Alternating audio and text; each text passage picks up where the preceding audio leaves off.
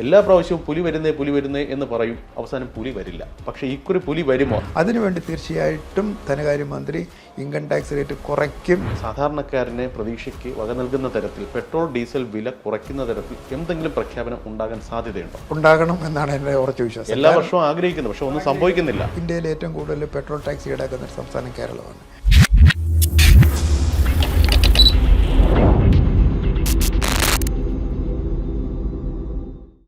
മൂന്നാം നരേന്ദ്രമോദി സർക്കാരിൻ്റെ രണ്ടാമത്തെ സമ്പൂർണ്ണ ബജറ്റ് അത് അവതരിപ്പിക്കാൻ ശേഷിക്കുന്നത് ഏതാനും മണിക്കൂറുകൾ മാത്രമാണ്. ധനമന്ത്രി ശ്രീമതി നിർമ്മല സീതാരാമൻ തൻ്റെ തുടർച്ചയായ 8ാമത്തെ ബജറ്റ് അവതരിപ്പിക്കുമ്പോൾ കേരളത്തിന് എന്താണ് ലഭിക്കുന്നത്, രാഷ്ട്രത്തിന് എന്താണ് ലഭിക്കുന്നത്, അതേക്കുറിച്ച് സംസാരിക്കാം. അതിഥിയായി ചേരുന്നു state planning board retired chief N Niyathi. Welcome sir, welcome to interview. Sir, രാഷ്ട്രം ഉറ്റുനോക്കുന്നത് ബജറ്റിൽ എന്താണ് നമുക്ക് വേണ്ടി നീക്കിവെക്കുക എന്നുള്ളതാണ്. താങ്കൾക്ക് എന്ത് തോന്നുന്നു? 2025-26 ബഡ്ജറ്റ് നാളെ രാവിലെ 11 മണിക്ക് ധനകാര്യമന്ത്രി ശ്രീമതി നിർമ്മല സീതാരാമൻ അവതരിപ്പിക്കുകയാണ്. അവരുടെ 8ാമത്തെ ബഡ്ജറ്റാണ്. മോദി ഗവൺമെൻറ്റിൻ്റെ 2ാമത്തെ സമ്പൂർണ്ണ ബഡ്ജറ്റ്.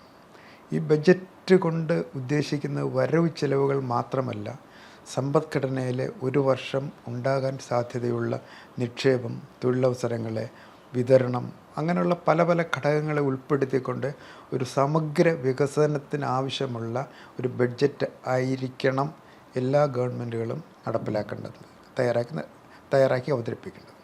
അപ്പോൾ ഇന്ത്യയെ സംബന്ധിച്ചിടത്തോളം 2025-26 ബഡ്ജറ്റ് അവതരിപ്പിക്കുന്ന അവസരത്തിൽ ഇന്ത്യ നേരിടുന്ന വെല്ലുവിളികൾ വളരെ അധികമാണ്. ഇന്ത്യൻ സമ്പദ്ഘടന വളരെ ശക്തമാണ്. ലോകത്തിലെ ഏറ്റവും ഉയർന്ന അതിവേഗ സാമ്പത്തിക വളർച്ച കൈവരിക്കുന്ന ഒരു രാജ്യം കൂടിയാണ് ഇന്ത്യ. മറ്റ് രാജ്യങ്ങളൊക്കെ വളരെ താഴെയാണ്.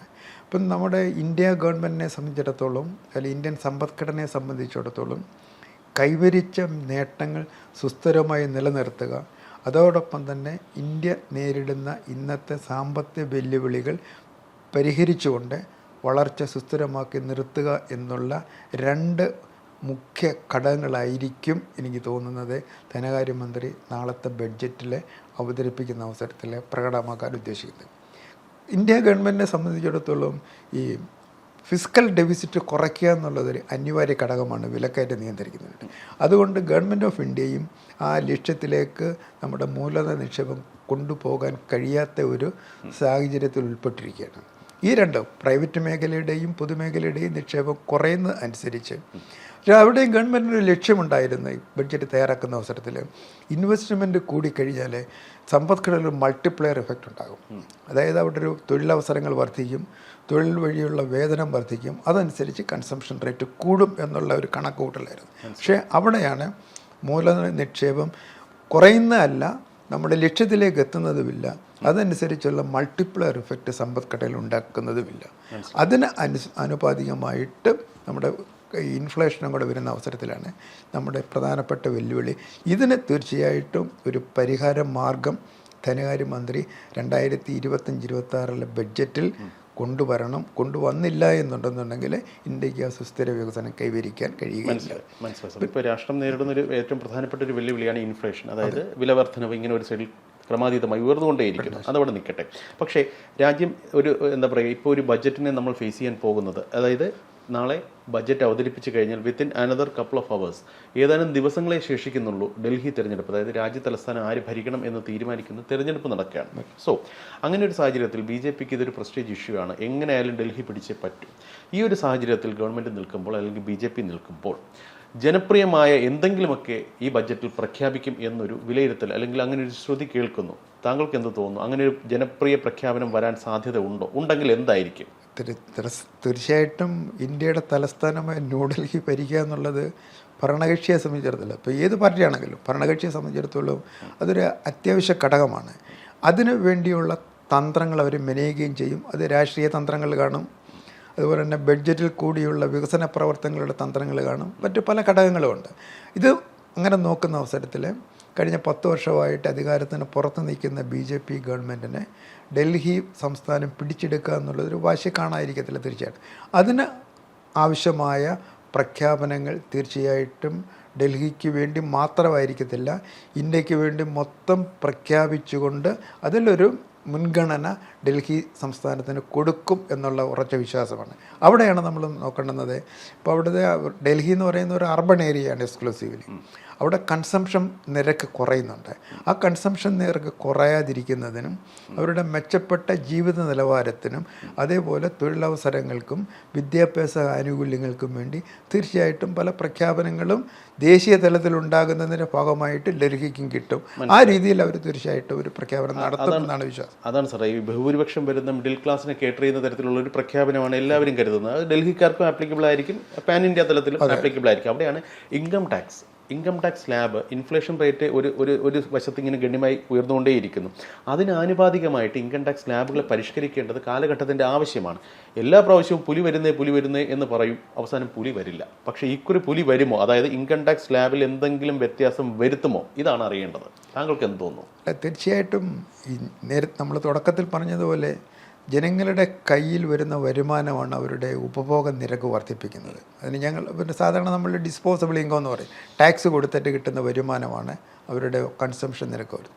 പക്ഷേ ഒരു ഭാഗത്ത് വില വർധനയും മറുഭാഗത്ത് വരുമാനത്തിൽ വർധനവും ഉണ്ടാകാതിരിക്കുന്ന അവസരത്തിൽ ജനങ്ങളുടെ ജീവിത നിലവാരം താഴോട്ട് പോകും.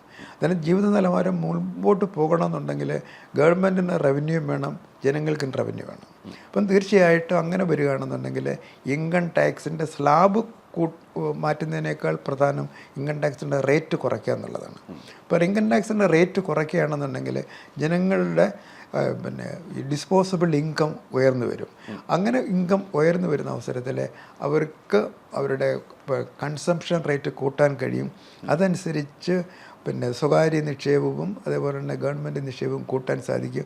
അന്നേരം അതനുസരിച്ചുള്ള ഒരു മൾട്ടിപ്ലർ ഇഫക്റ്റ് സമ്പദ്ഘടനയിലുണ്ടാകും. അതിനുവേണ്ടി തീർച്ചയായിട്ടും ധനകാര്യമന്ത്രി ഇൻകം ടാക്സ് റേറ്റ് കുറയ്ക്കും, അത് ജനങ്ങൾക്ക് പ്രയോജനം ചെയ്യും എന്നുള്ളതാണ് എൻ്റെ ഒരു ഉറച്ച വിശ്വാസം. താങ്കൾ നേരത്തെ പറഞ്ഞു ധനക്കമ്മി അല്ലെങ്കിൽ ഫിസിക്കൽ ഡെഫിസിറ്റ് എങ്ങനെയെങ്കിലും കുറച്ചുകൊണ്ട് വരിക എന്നുള്ളൊരു ലക്ഷ്യത്തോടു കൂടി സർക്കാർ പോകുമ്പോൾ ഈ പറയുന്ന ഇൻട്രസ്റ്റ് റേറ്റ്, ഈ പറയുന്ന ഇൻകം ടാക്സിന്റെ റേറ്റ്, ഇൻട്രസ്റ്റ് റേറ്റ് അല്ല ഇൻകം ടാക്സിന്റെ ഈടാക്കുന്ന നിരക്ക്, അത് കുറയ്ക്കാൻ സാധ്യത വിദൂരമല്ലേ? അല്ലെങ്കിൽ അങ്ങനെ നമുക്ക് പ്രതീക്ഷിക്കുന്ന ലേശം ഹൈപ്പോത്തറ്റിക്കൽ ലാഭില്ലേ? അല്ല, അത് നേരത്തെ പറഞ്ഞുള്ള റിസർവ് ബാങ്കിൻ്റെ മാത്രം കാര്യമല്ലത്. ഇന്ത്യയെ സംബന്ധിച്ചിടത്തോളം ഇൻവെസ്റ്റ്മെൻറ്റ് കൂട്ടുക, തൊഴിലവസരങ്ങൾ കൂട്ടുക, ഉപഭോഗ നിരക്ക് വർദ്ധിപ്പിക്കുക, ജനങ്ങളുടെ ജീവിത നിലവാരം വർദ്ധിപ്പിക്കുക. അന്നേരം അതിനുള്ള ആനുപാതികമായ ഒരു ബാലൻസ്ഡ് സമീപനമായിരിക്കും ധനകാര്യമന്ത്രി സ്വീകരിക്കുന്നത്.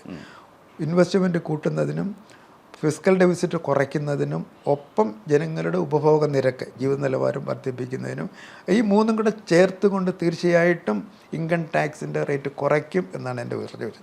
അതേപോലെ തന്നെ കമ്പനി ടാക്സും ഉണ്ട്. ഇപ്പം നമ്മൾ കമ്പനി ടാക്സിലേക്ക് പോകുന്ന അവസരത്തിൽ അതൊരു പൊളിറ്റിക്കൽ ഇഷ്യൂ ആണ്.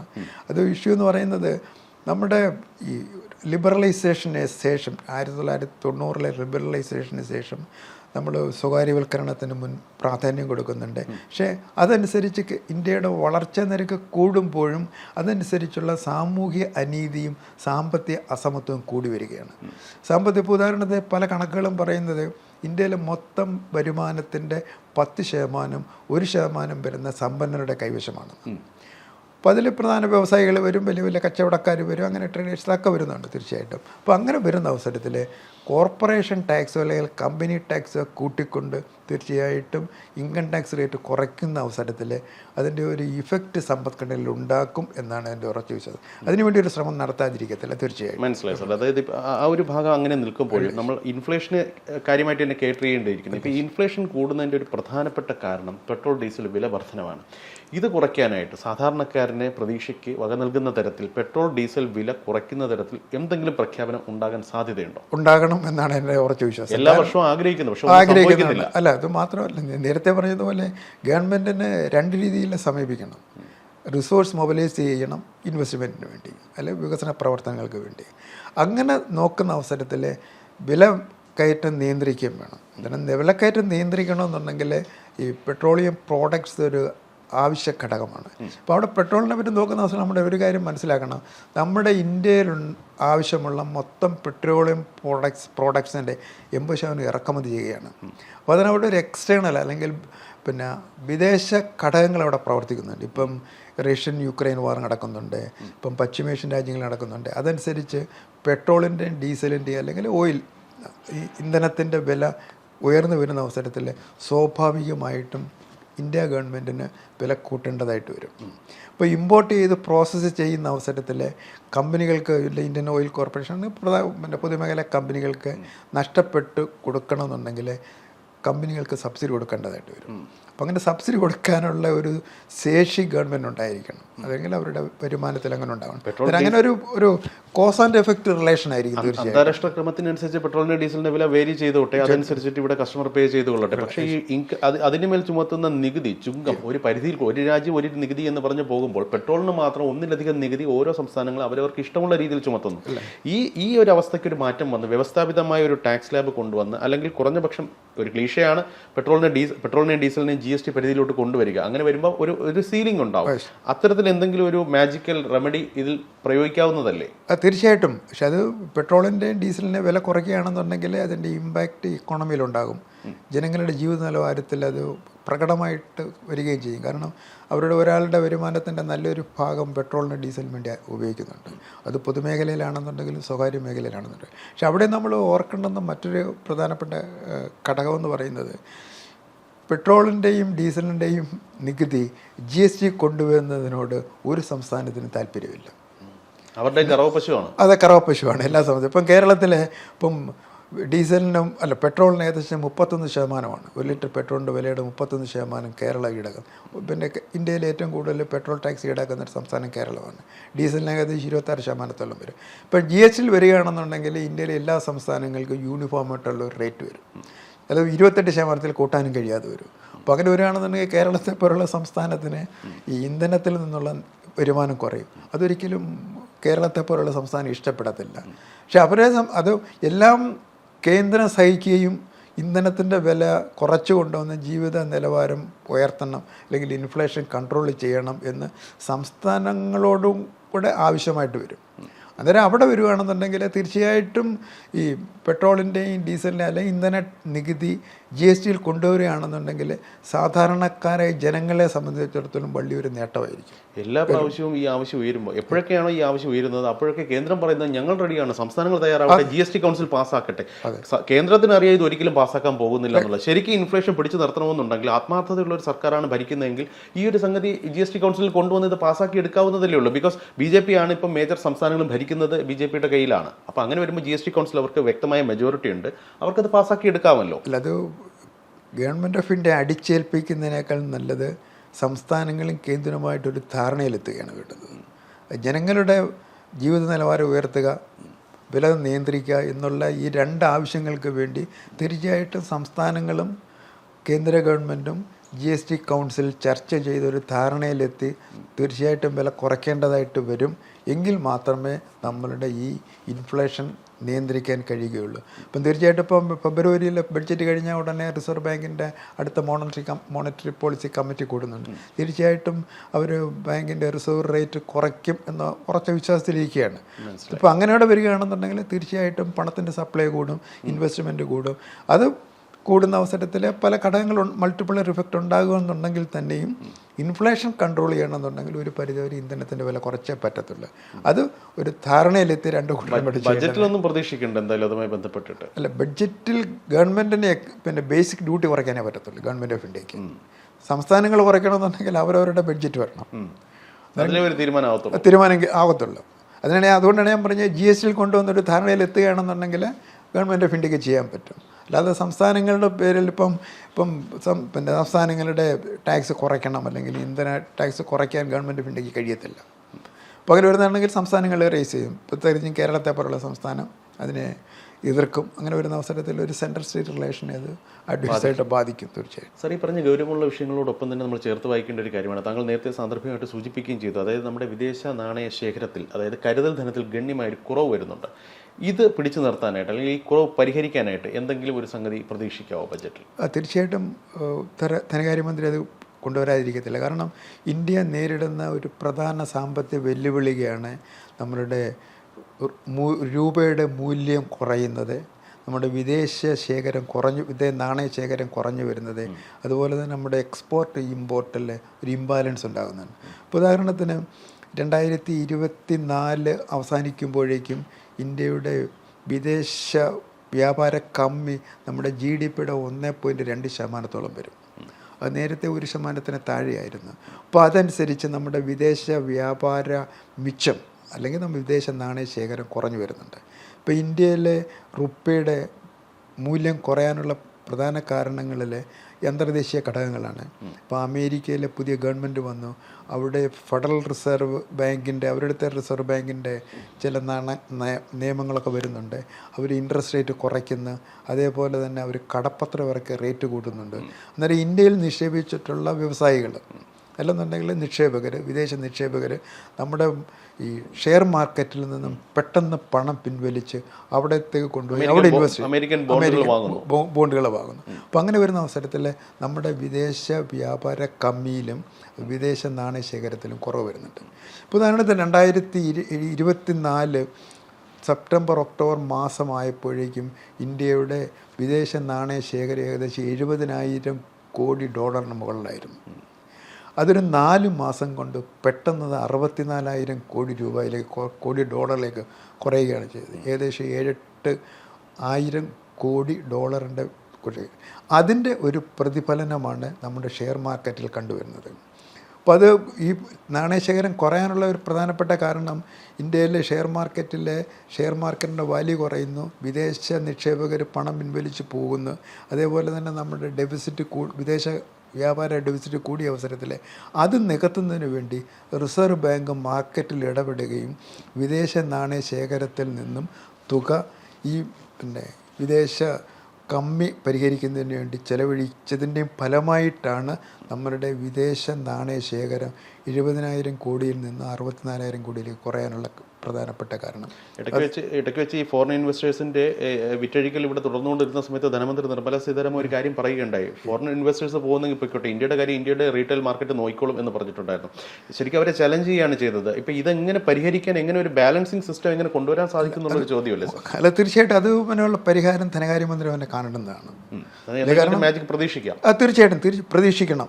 അല്ലെങ്കിൽ നമ്മുടെ വിദേശ വ്യാപാരം, നമ്മുടെ വിദേശ മേഖലയെ അത് അവിടെ ഒരു പ്രധാന കാരണം ഇന്ത്യക്ക് മാത്രമായിട്ട് പരിഹരിക്കാൻ കഴിയുന്ന ഒരു സാഹചര്യമല്ല നമ്മുടെ ഈ വൈദേശിക അല്ലെങ്കിൽ വിദേശ വെല്ലുവിളികളെന്ന് പറയുന്നത്. ഇപ്പം പെട്രോളിൻ്റെ വിലയാണെന്നുണ്ടെങ്കിലും, അതേപോലെ തന്നെ നമ്മുടെ ഹ്യൂമൻ റിസോഴ്സിൻ്റെ എക്സ്പോർട്ടാണെന്നുണ്ടെങ്കിലും, ചരക്ക് ഉൽപ്പാദനം അല്ലെങ്കിൽ ചരക്ക് വിദേശ കയറ്റുമതിയൊക്കെ അതൊക്കെ എക്സ്റ്റേണൽ ഫാക്ടേഴ്സാണ്, വിദേശ രാജ്യങ്ങളുടെയും കൂടെ ബന്ധങ്ങളെ അടിസ്ഥാനമാക്കിയിരിക്കും. അപ്പോൾ അങ്ങനെ വരുന്ന അവസരത്തിൽ തീർച്ചയായിട്ടും ഗവൺമെൻറ് ഓഫ് ഇന്ത്യ ഇതിനൊരു പരിഹാരം കാണാൻ ശ്രമിക്കും. ആ പരിഹാരം കാണാൻ ശ്രമിക്കുന്നതോടൊപ്പം തന്നെ നമ്മുടെ വിദേശ രാജ്യങ്ങളുമായിട്ടുള്ള ബന്ധങ്ങളൊരു ചേഞ്ച് വരുത്തുകയും വേണം. ഈ ഇന്ത്യൻ സമ്പദ്ഘടന നേരിടുന്ന വെല്ലുവിളികൾ പലതും നമ്മൾ പറഞ്ഞ് അതിൽ പ്രധാനപ്പെട്ടതാണ് നമ്മുടെ കാർഷിക മേഖലയാണ്. ഈ കാർഷിക മേഖലയിൽ നമ്മുടെ വിഹിതം GDP-യിലെ വിഹിതം കുറഞ്ഞു വരികയാണ്. ഇപ്പോൾ 2015 മോദി ഗവൺമെൻറ് അധികാരത്തിൽ വന്ന അവസരത്തിൽ ഒരു പ്രഖ്യാപനം നടത്തി, അടുത്ത 5 വർഷം കൊണ്ട് നമ്മുടെ സ്വാമിനാഥൻ കമ്മീഷൻ റിപ്പോർട്ട് നടപ്പിലാക്കി കൃഷിക്കാരുടെ വരുമാനം ഇരട്ടിപ്പിക്കുന്നുള്ളത്. പക്ഷേ തീർച്ചയായിട്ടും അത് എന്തോ പല കാരണങ്ങൾ കൊണ്ട് അങ്ങനെ കർഷകരുടെ വരുമാനം വർദ്ധിപ്പിക്കാൻ കഴിഞ്ഞില്ല. നേരെ മറിച്ച് കർഷകരുടെ റിയൽ വരുമാനം കുറയുകയാണ് ചെയ്തത്. അത് പിന്നെ പ്രധാന കാരണം കോസ്റ്റ് ഓഫ് പ്രൊഡക്ഷൻ കൂടുകയാണ് ചെയ്തു. അതേപോലെ തന്നെ ഗവൺമെൻറ് കാർഷിക മേഖലയിൽ ഇൻവെസ്റ്റ് ചെയ്യുന്ന തുക പ്രധാനമായിട്ടും 2ആണ്: രാസവള സബ്സിഡിക്കും അതുപോലെ തന്നെ ഭക്ഷ്യ സബ്സിഡിക്കും. രാസവള സബ്സിഡിക്ക് വേണ്ടി ഉദാഹരണത്തിന് 2022-23 government of India 1.7 lakh crore രൂപ ചെലവഴിച്ചു. 24-25 ആയപ്പോഴേക്കും അത് 1.64 ലക്ഷം കോടിയായിട്ട് കുറഞ്ഞു. ഭക്ഷ്യ സബ്സിഡിക്ക് വേണ്ടി 23-24 2 ലക്ഷം കോടി മാറ്റിവെച്ചു. പക്ഷേ അത് 2024-25 പിന്നെ വീണ്ടും അത് 2.10 നിന്നും 2 ലക്ഷം കോടിയായിട്ട്. അന്നേരം ഭക്ഷ്യ സബ്സിഡിയും രാസവള സബ്സിഡിയും കുറയുന്നതനുസരിച്ച് മറ്റ് ഇൻപുട്ട് കോസ്റ്റ് കൂടുന്ന അവസരത്തിൽ കർഷകരുടെ വരുമാനം വർദ്ധിപ്പിക്കാൻ കഴിയാതെ വരും. അതൊരു പ്രധാനപ്പെട്ട അതിനുള്ള പരിഹാരം തീർച്ചയായിട്ടും ധനകാര്യമന്ത്രി ഉണ്ടാക്കണം. അത് രാസവള സബ്സിഡി കൂട്ടണം, ഭക്ഷ്യ സബ്സിഡി കൂട്ടണം, അതേപോലെ തന്നെ മറ്റ് ചെലവുകൾ ഇൻപുട്ട് അനിവാര്യമാണ്. തീർച്ചയായിട്ടും. പിന്നെ മറ്റൊരു പ്രധാനപ്പെട്ട ഘടകം കൂടെ വരുന്നത് നമ്മുടെ ആരോഗ്യ മേഖലയിലും വിദ്യാഭ്യാസ മേഖലയിലുമുള്ള നിക്ഷേപം നമ്മുടെ സാമൂഹ്യ പുരോഗതിക്ക് അനിവാര്യമാണ്. പക്ഷേ അവിടെ ഇതേപോലെ നാമമാത്രമായ വർധനവ് മാത്രമേ കഴിഞ്ഞ 3-4 വർഷം കൊണ്ട് നടക്കുന്നുള്ളൂ. അതിലും കാർഷിക മേഖലയ്ക്കും അതേപോലെ തന്നെ വിദ്യാഭ്യാസ മേഖലയ്ക്കും ആരോഗ്യ മേഖലയ്ക്കും ഒരു മുന്തിയ ഊന്നൽ നൽകുന്ന ഒരു ബഡ്ജറ്റായിരിക്കും തീർച്ചയായിട്ടും വരുന്നത്. അതേപോലെ തന്നെ അതിൻ്റെ കൂട്ടത്തിൽ ഒരു കാര്യം കൂടെ പറയാം, നമ്മൾ സോഷ്യൽ സെക്യൂരിറ്റി. അതിൻ്റെ ഭാഗമായിട്ട് ഉദാഹരണത്തിന് ഇപ്പം നമ്മൾ തൊഴിലുറപ്പ് പദ്ധതി എന്ന് പറയുന്നത് ഗ്രാമീണ പ്രദേശങ്ങളിൽ തൊഴിൽ ദിനങ്ങൾ വർദ്ധിപ്പിക്കുന്നതിനും വേതനം കൊടുക്കുന്നതിനും ദാരിദ്ര്യ നിർമ്മാർജ്ജനത്തിനും വേണ്ടിയുള്ളൊരു പരിപാടിയായിരുന്നു. ഇപ്പോൾ 2020 മുതൽ അല്ലെങ്കിൽ നമ്മുടെ കോവിഡ് കഴിഞ്ഞതിന് ശേഷം നമ്മുടെ തൊഴിലുറപ്പ് പദ്ധതിക്ക് മാറ്റിവെക്കുന്ന തുക ക്രമേണ കുറഞ്ഞു വരികയാണ്. അതനുസരിച്ച് തൊഴിൽ ദിനങ്ങൾ കുറയുന്നുണ്ട്, അവരുടെ ഗ്രാമീണ വരുമാനം കുറയുന്നുണ്ട്. അതാണ് നേരത്തെ പറഞ്ഞത് നമ്മുടെ കൺസംഷൻ കുറയാനുള്ള ഒരു പ്രധാനപ്പെട്ട കാരണം. ഉദാഹരണത്തിന് 2023-24 90,000 കോടി രൂപ തൊഴിലുറപ്പ് പദ്ധതിക്ക് വേണ്ടി മാറ്റിവെച്ചു. 24-25 അത് 86,000 കോടി രൂപയായിട്ട് കുറച്ചു.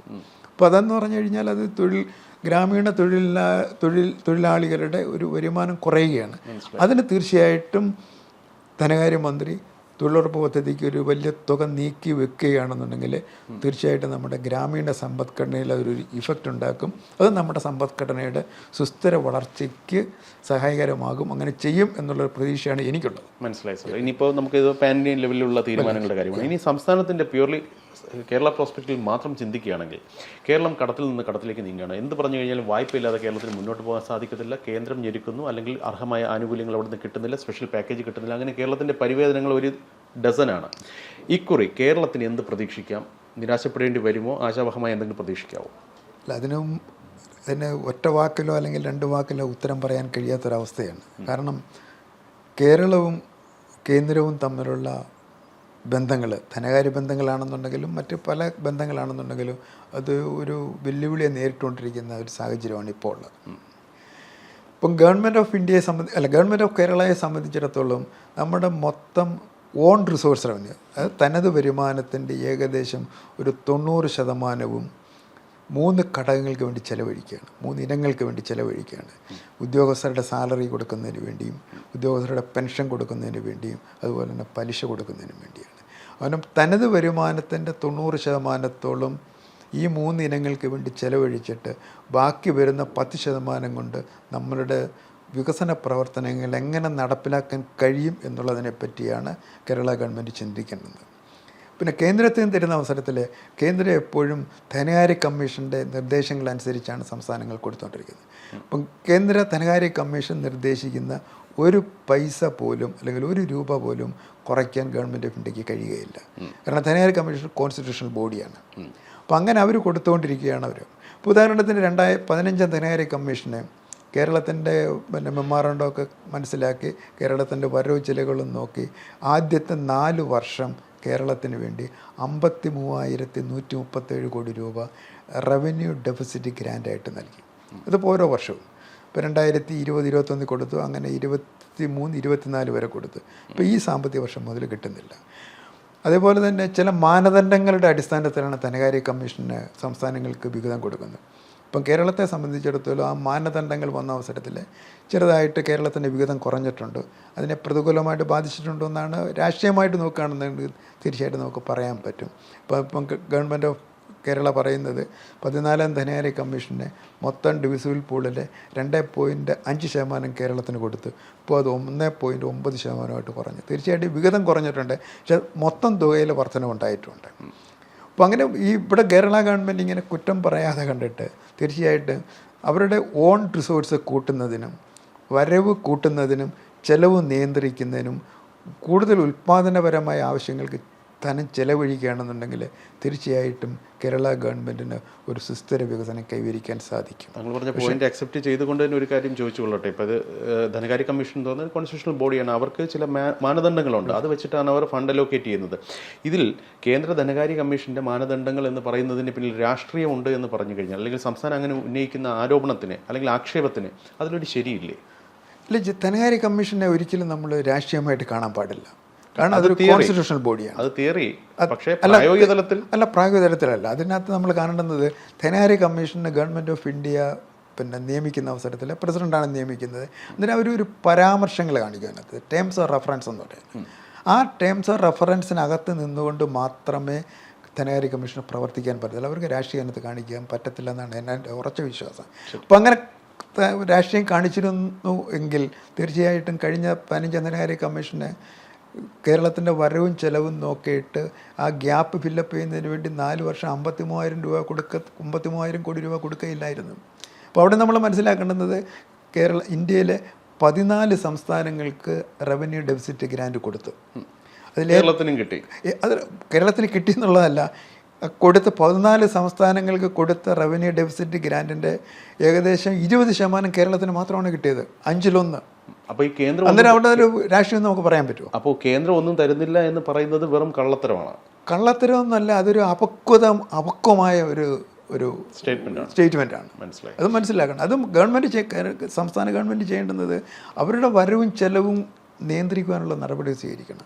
ഇപ്പം എന്നും ഒരു വായ്പ എടുത്ത്, ഉദാഹരണത്തിന് കോവിഡ് കാലത്ത് 2020 ഗവൺമെൻറ് ഓഫ് ഇന്ത്യ ഒരു പോളിസി കൊണ്ടുവന്നു, ഒരു പാക്കേജ് പ്രഖ്യാപിച്ചു. അന്ന് കേരളത്തിനും മറ്റ് സംസ്ഥാനങ്ങൾക്കെല്ലാം അവരുടെ GDPയുടെ 4.5% വായ്പ എടുക്കാമെന്ന് തീരുമാനിച്ചു. അതൊരു വർഷത്തേക്കായിരുന്നു. അത് കോവിഡ് കഴിഞ്ഞ അവസരത്തിൽ കുറച്ചിപ്പം 3.3% താഴ്ത്തി കൊണ്ടുവന്നിരിക്കുകയാണ്. അപ്പോൾ അതുകൊണ്ട് ഞങ്ങൾക്ക് 4.5% വേണമെന്ന് പറയുന്നതിൽ യാതൊരു അർത്ഥവുമില്ല. അപ്പോൾ ഒരു കാര്യം കൂടെ മനസ്സിലാക്കുക, നമ്മുടെ കേരള ഗവൺമെൻറ് ഒരു വർഷം വായ്പ എടുക്കാൻ പറ്റുന്നത് ഏകദേശം 32-35 കോടി രൂപ, 5000 കോടി രൂപയാണ്. അതിൽ 28,000 കോടി രൂപ പലിശയ്ക്ക് വീണ്ടും മാത്രം ചെലവഴിക്കുകയാണ്. പിന്നെ എടുത്ത വായ്പ തിരിച്ചടയ്ക്കണം. അപ്പോൾ ഇത് രണ്ടും കഴിഞ്ഞാൽ പിന്നെ മിച്ചമൊന്നും കാണാത്ത ഒരവസ്ഥയിലേക്ക് നീങ്ങിക്കൊണ്ടിരിക്കുകയാണ്. അതാണ് നമ്മൾ പറയുന്നത്, ഒരു കടക്കണിയിലേക്ക് കേരളം മാറിക്കൊണ്ടിരിക്കുകയാണ്. വീണ്ടും പറയുന്നത് ഞങ്ങൾക്ക് വായ്പ എടുക്കാനുള്ള അനുവാദം തരണം. എത്ര നാൾ ഇങ്ങനെ പോയിക്കൊണ്ടു പോകാൻ കഴിയും? ആ സാഹചര്യത്തിലാണ് government of Kerala, government of ഇന്ത്യക്ക് 2025-26 ബഡ്ജറ്റിന് വേണ്ടി 24,000 കോടി രൂപയുടെ ഒരു പാക്കേജ് പ്രഖ്യാപിച്ചിരിക്കുന്നത്. പ്രതീക്ഷിക്കാൻ സാധിക്കുമോ? പ്രതീക്ഷാസ്ഥാനത്താണ്. അത് കഴിഞ്ഞ വർഷം കൊടുത്തതാണ്. 24-25-ലും 24,000 കോടി രൂപയുടെ പ്രത്യേക പാക്കേജ് കൊടുത്തു. പക്ഷേ ഗവൺമെൻറ് ഓഫ് ഇന്ത്യ പരിഗണിച്ചില്ല. കാരണം അതിലൊരു പ്രധാനപ്പെട്ടതെന്ന് പറയുന്നത് GST കോമ്പൻസേഷൻ തുടരണമെന്നാണ്. 28 സംസ്ഥാനങ്ങൾ, കേരളം മാത്രമാണ് ഇപ്പോഴും പറയുന്നത് GST കോമ്പൻസേഷൻ തരണമെന്നുള്ളത്. അതുപോലെ തന്നെ വായ്പാ പരിധി 3.5% ഉയർത്തണം. ഇതിനൊന്നും ഒരു പ്രായോഗികമായിട്ട് കേന്ദ്ര ഗവൺമെൻറ്റിന് ഒരു സംസ്ഥാനത്തിന് വേണ്ടി മാത്രം ചെയ്യാൻ പറ്റുന്ന കാര്യങ്ങളല്ല, നടപടിയല്ല, ഒരിക്കലും അല്ല. അപ്പോൾ അതേപോലെ തന്നെ ഇപ്പം പറയുന്നത് വയനാട് പാക്കേജിന് വേണ്ടി 2,000 കോടി രൂപ വേണം, വിഴിഞ്ഞത്തിന് വേണ്ടി 5,000 കോടി രൂപ വേണം. അങ്ങനെ ഞങ്ങൾക്ക് അതേപോലെ തന്നെ ഇപ്പം ഗവൺമെൻറ് ഓഫ് കേരള 2024-25 അവസാന നാളിലെ അവർക്ക് പ്രത്യേക 17,000 കോടി രൂപ വായ്പ എടുക്കുന്നതിന് വേണ്ടി ഒരു റിക്വസ്റ്റ് കൊടുത്തിട്ടുണ്ട്. അതിലിപ്പോൾ എനിക്ക് തോന്നുന്നു ഏകദേശം 6,000 കോടി രൂപ കൊടുത്തിട്ടുണ്ട്. ഇപ്പം കേരളത്തെ നോക്കുകയാണെന്ന് ഒരു കാര്യം വ്യക്തമാണ്, ഒരു മാസം ശരാശരി 3,000 കോടി രൂപ വായ്പ എടുക്കുകയാണ്. ഈ 3,000 കോടി രൂപ വായ്പ എടുത്ത് എങ്ങനെ ഒരു ഗവൺമെൻറ്റിന് എത്ര നാൾ മുമ്പോട്ട് പോകാൻ സാധിക്കും? അതിനെപ്പറ്റി അവരൊരു വിലയിരുത്തൽ നടത്തുകയാണ്. സംസ്ഥാനം ചെയ്യേണ്ടതാണ്. ഇപ്പോൾ ഉദാഹരണത്തിന് 2 കാര്യം കൂടെ നമ്മൾ മനസ്സിലാക്കേണ്ടതാണ്. നാഷണൽ ഹൈവേ വികസനത്തിന് വേണ്ടി കേരളത്തിലെ ഭൂമിക്കാണ് ഏറ്റവും കൂടുതൽ വില കൊടുക്കേണ്ടത്. അന്നേരം ഗവൺമെൻറ് ഓഫ് ഇന്ത്യ പറഞ്ഞ അവസരത്തിൽ സംസ്ഥാന ഗവൺമെൻറ് പറഞ്ഞ് 6,000 കോടി ഞങ്ങൾ അതിന് വേണ്ടി മാറ്റി വെക്കാമെന്ന് പറഞ്ഞു, ഞങ്ങൾ കൊടുക്കാമെന്ന് പറഞ്ഞു. 6,000 കോടി രൂപ കിഫ്ബി വഴി ഭൂമി ഏറ്റെടുക്കുന്നതിന് വേണ്ടി ചിലവഴിച്ച് അത് 2-3 വർഷമായി. ഇപ്പം പറയുന്ന 6,000 കോടി വായ്പയായിട്ട് കൺവേർട്ട് ചെയ്യണമെന്നാണ്. അതായത് നമ്മൾ ഒരു പ്രായോഗികമായ ഒരു സമീപനം ഗവൺമെൻറ്റിനില്ല, സംസ്ഥാന ഗവൺമെൻറ്റിനില്ല. അതാണ് അവരുടെ ആ കടക്കണിയിലേക്ക് പോകുന്ന. ഇതെല്ലാം പരിഗണിച്ചുകൊണ്ട് കേന്ദ്രത്തിൽ നിന്ന് എന്ത് കിട്ടുമെന്നുള്ളത് നമുക്ക് ഇപ്പോൾ പ്രതീക്ഷിക്കാൻ സാധിക്കില്ല. എന്തായാലും നമ്മൾ ആവശ്യപ്പെട്ടിരിക്കുന്ന 24,000 കോടി രൂപയുടെ സ്പെഷ്യൽ പാക്കേജ് എന്തായാലും കിട്ടാൻ പോകുന്നില്ല. അല്ല, കഴിഞ്ഞ വർഷം ഇതേ കൊടുത്തതാണ്, അത് തന്നെ കൊടുത്തതാണ്. അത് ഈ വർഷം ആവർത്തിച്ചിരിക്കുകയാണ്. മനസ്സിലായി. അപ്പോൾ അതിനുള്ള സാധ്യത വളരെ കുറവാണ്. ഇനി അവസാന ഇതിലേക്ക് വരുമ്പോൾ നമുക്ക് റെയിൽവേ പോയിന്റ് ഓഫ് വ്യൂവിൽ നമുക്ക് എന്ത് പ്രതീക്ഷിക്കാം, എന്തെങ്കിലും പ്രതീക്ഷിക്കാനുള്ള വകയുണ്ടോ, അതുകൂടെ പറഞ്ഞിട്ട് അവസാനിക്കാം. പക്ഷേ റെയിൽവേയുടെ കാര്യത്തിൽ നമ്മൾ 2 കാര്യം മനസ്സിലാക്കേണ്ടുന്നത്, ഒന്ന് നമ്മുടെ 25 വർഷത്തോളം പഴക്കമുള്ള ശബരി റെയിലിൻ്റെ കാര്യമാണ്. അപ്പോൾ അത് ആദ്യമൊക്കെ എടുത്ത് ഭൂമി അക്വയർ ചെയ്യാനായിട്ട് അങ്ങോട്ട് 7-10% കണ്ട് ഭൂമി അക്വയർ ചെയ്ത അവസരത്തിൽ ഗവൺമെൻറ്റും വലിയ താല്പര്യം, ഗവൺമെൻറ് ഓഫ് ഇന്ത്യയും താല്പര്യം കാണിച്ചില്ല, സംസ്ഥാന ഗവൺമെൻറ്റും താല്പര്യം കാണിച്ചില്ല. പക്ഷേ അത് ഗവൺമെൻറ് ഓഫ് ഇന്ത്യ വീണ്ടും അത് ആവർത്തിച്ചിട്ടുണ്ട്. അതായത് റിവ്യൂ ചെയ്തിട്ടുണ്ട്. ഞങ്ങൾ പ്രോജക്റ്റ് റിപ്പോർട്ട് തയ്യാറാക്കി. അതിന് സംസ്ഥാന ഗവൺമെൻറ്റിനോട് ആവശ്യപ്പെട്ടിരിക്കുന്നത് മൊത്തം കോസ്റ്റ് 3,800 കോടി രൂപ വരും. അതിൽ 50% സംസ്ഥാന ഗവൺമെൻറ് മീറ്റ് ചെയ്യണം. അത് നേരത്തെ ഗവൺമെൻറ് ഓഫ് കേരള എഗ്രി ചെയ്തായിരുന്നു, അതിനോട് ധാരണയിലെത്തിയതായിരുന്നു. ഇപ്പം ഗവൺമെൻറ് പറയുന്നത്, സംസ്ഥാന ഗവൺമെൻറ് പറയുന്നത് 1,800 കോടി രൂപ, അത് 1,900 കോടി, 3,800 നേർപകുതി അത് വായ്പയായിട്ട് പരിഗണിക്കണമെന്നുള്ളതാണ്. പക്ഷേ അത് ഗവൺമെൻറ് ഓഫ് ഇന്ത്യ അതിനോട് യോജിച്ചിട്ടില്ല. അപ്പോൾ അങ്ങനെ യോജിക്കാത്ത ഒരു സാഹചര്യത്തിൽ ശബരി റെയിൽപാതയുടെ സ്ഥിതി എന്താകും എന്നുള്ളതിനെപ്പറ്റി നമുക്കൊരു ആശങ്കയുണ്ട് തീർച്ചയായിട്ടും. പാൻ ഇന്ത്യ തലത്തിൽ നമ്മൾ നോക്കിയാൽ വന്ദേ ഭാരതിന്റെ സ്ലീപ്പർ ട്രെയിനുകളൊക്കെ വരുന്നുണ്ട്. നമുക്കും കിട്ടിയിട്ടുണ്ട് 2 വന്ദേ ഭാരത്. പുതുതായിട്ട് എന്തെങ്കിലും പുതിയ വന്ദേ ഭാരതുകൾ അല്ലെങ്കിൽ സ്ലീപ്പർ ട്രെയിനുകൾ, എന്തെങ്കിലും പുതിയ കോച്ചുകൾ, എന്തെങ്കിലും സംവിധാനങ്ങൾ നമുക്ക് പ്രതീക്ഷിക്കാൻ സാധിക്കും? തീർച്ചയായിട്ടും അതും പ്രതീക്ഷിക്കാവുന്നേ ഉള്ളൂ കേട്ടോ. പക്ഷെ അവിടെ നമ്മുടെ ഒരു കൺസ്ട്രെയിൻ്റ് ഉണ്ട്. നമ്മുടെ നേരത്തെ നമ്മുടെ മരിച്ചുപോയ കേരളത്തിലെ ഒരു പ്രസാദ് എന്ന് പറയുന്ന ആളുണ്ടായിരുന്നു, പഴയ റെയിൽവേ ചെയർമാനായിട്ടിരുന്നത്.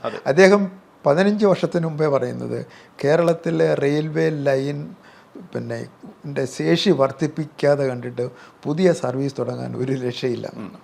അപ്പോൾ അതാണ് ഇപ്പോഴും നടക്കുന്നത്. അന്നേരം കേരളത്തിന് നമുക്ക് പുതിയ ലൈൻ വേണം, പുതിയ സർവീസ് വേണം എന്ന് പറയുന്ന അവസരം അദ്ദേഹം അത് പറയുന്ന സമയത്ത് പാത ഇരട്ടിപ്പിക്കൽ ആവശ്യമായിരുന്നു. ഇപ്പോൾ ഇരട്ടിപ്പിച്ച് കഴിഞ്ഞിട്ട് അദ്ദേഹം അതും പറയുന്നുണ്ടായിരുന്നു. അതിനുശേഷം അദ്ദേഹം പറയുന്നത് നമ്മുടെ ശേഷി പരമാവധി 110% യൂട്ടിലൈസ് എന്നാണ് പറയുന്നത്. അപ്പോൾ അങ്ങനെയുള്ള ഒരു സാഹചര്യത്തിൽ പുതിയ ലൈനിലുള്ള എത്രമാത്രം പരിഗണന ഗവൺമെൻറ് ഓഫ് ഇന്ത്യക്ക് കൊടുക്കാൻ പറ്റുമെന്നുള്ളൊരു സാങ്കേതിക ഇഷ്യൂ ആണത്. ഓക്കെ, അതിനകത്ത് രാഷ്ട്രീയം കാണാൻ പറ്റത്തില്ല നമുക്ക്. ആ വകയ്ക്ക് നമുക്കൊന്നും പ്രതീക്ഷിക്കണ്ട. വന്ദേ ഭാരത് ചിലപ്പോൾ കിട്ടിയാൽ കിട്ടി. അതെ, കിട്ടി അത്രയേ ഉള്ളൂ അതിലുള്ളൂ. പക്ഷേ അതിനകത്ത് പിന്നെ നമ്മുടെ പ്രധാനപ്പെട്ടെന്ന് പറഞ്ഞത് തിരുവനന്തപുരം കന്യാകുമാരി ലൈൻ ഇരട്ടിപ്പിക്കുന്നതാണ്. അതിൻ്റെ പണി തുടങ്ങിയിട്ടുണ്ട്. പക്ഷേ അവിടെയും ഭൂമി ഏറ്റെടുക്കുന്നതിൽ ചെറിയൊരു വിഘ്നം വന്നിട്ടുണ്ട്. അവിടെ എല്ലാം നമ്മൾ മനസ്സിലാക്കേണ്ടത് ഗവൺമെൻറ് ഓഫ് കേരളയോട് ആവശ്യപ്പെട്ട് കഴിഞ്ഞാൽ കൊടുക്കാമെന്ന് പറയും, പക്ഷേ സമയബന്ധിതമായിട്ട് കൊടുക്കുന്നില്ല. അതാണ് നമ്മുടെ റെയിൽവേയിലെ ഇങ്ങനെയുള്ള ഒരു ഡിലേക്ക് വരാനുള്ള പ്രധാനപ്പെട്ട കാരണം. ഇപ്പോൾ ഏറ്റവും അവസാനമായിട്ട് നമ്മൾ തീർക്കുക നമ്മുടെ വിഴിഞ്ഞത്തിൻ്റെ കാര്യം. ഇപ്പം നമ്മുടെ പ്രത്യേക പാക്കേജിനകത്ത് പറയുന്നത് 5000 കോടി രൂപ വേണമെന്നുള്ളതാണ്. ഇപ്പം നമ്മളൊന്ന് ചിന്തിച്ച് നോക്കുക, ഈ വിഴിഞ്ഞം പോർട്ട് ഡെവലപ്മെൻറ്റിന് വേണ്ടി ഒരു പ്രോജക്റ്റ് റിപ്പോർട്ട് തയ്യാറാക്കിയിട്ടുണ്ടായിരുന്നു. അതിൽ ഗവൺമെൻറ് ഓഫ് കേരളയുടെ വിഹിതം കൃത്യമായിട്ട് പറയുന്നുണ്ട്. അപ്പോൾ അതിനകത്ത് തന്നെ ഗവൺമെൻറ് ഓഫ് ഇന്ത്യയുടെയും പറയുന്നുണ്ട്. പക്ഷെ അതൊക്കെ അന്നേ ചെയ്തിരുന്നുണ്ടെന്നുണ്ടെങ്കിൽ തീർച്ചയായിട്ടും ഇങ്ങനെ വരത്തില്ലായിരുന്നു. ഇപ്പം പറയുന്നത് 5000 കോടി രൂപ വായ്പ എടുക്കാനുള്ള അനുവാദം തരണം, അല്ലാന്നുണ്ടെങ്കിൽ ഗവൺമെൻറ് ഓഫ് ഇന്ത്യ ഞങ്ങൾക്ക് 5000 കോടി രൂപ തരണം എന്ന് പറയുന്നത് എന്തുകൊണ്ടാണെന്ന് എനിക്ക് മനസ്സിലാകുന്നില്ല. പക്ഷെ അത് മാത്രമല്ല, ഈ ഇങ്ങനെയൊക്കെയുള്ള ഇഷ്യൂസിലെ ഗവൺമെൻറ് ഓഫ് ഇന്ത്യയും കേരളവും തമ്മിൽ ഒരു ധാരണയിലെത്തുകയാണ് വേണ്ടുന്നത്. അല്ലാതെ ഗവൺമെൻറ് ഓഫ് ഇന്ത്യക്കെതിരായിട്ട് ഡൽഹി പോയി ധർണ നടത്തിയത് കൊണ്ടോ സുപ്രീം കോടതിയിൽ കേസ് കൊടുത്തത് കൊണ്ടോ ഒന്നും കാര്യങ്ങൾ നടക്കത്തില്ല. അതിന് നമ്മൾ മറ്റ് സംസ്ഥാനങ്ങളെ കൂടി കണ്ടുപിടിക്കണം. അപ്പം അങ്ങനെ എല്ലാം കൂടെ മൊത്തത്തിൽ നോക്കുന്ന അവസരത്തിൽ നമുക്ക് ആശങ്കയ്ക്ക് വകയുള്ള പലതും ധനകാര്യമന്ത്രി 2025-26 ബഡ്ജറ്റിൽ അവതരിപ്പിക്കും. ദേശീയ തലത്തിലും ആ കൂട്ടത്തിൽ സംസ്ഥാന ഗവൺമെൻറ്റിനും എന്തെങ്കിലും കിട്ടും എന്നുള്ള പ്രതീക്ഷയാണ് എനിക്കുള്ളത്. അത് വാങ്ങാനുള്ള ഒരു തന്ത്രം കേരള ഗവൺമെൻറ് കാണിക്കുക കൂടി വേണം. മനസ്സിലായി. ഇപ്പോൾ ഏതായാലും പ്രതീക്ഷകളും പ്രത്യാശകളുമാണ് ആവോളം ഉള്ളത്. ഇനിയിപ്പോൾ എന്തായാലും വൈകിയ വേളയിൽ നമ്മൾ ഇനി കൂടുതൽ പ്രതീക്ഷകൾ പങ്കുവച്ചിട്ട് കാര്യമില്ല. കേന്ദ്രത്തിൽ എന്താണ് അവിടെ തീരുമാനിക്കപ്പെട്ടത് എന്നുള്ളത് വായിച്ചതിന് ശേഷം അത് വിലയിരുത്തിയതിന് ശേഷം നമുക്ക് ചർച്ചകളാവാം. തീർച്ചയായും.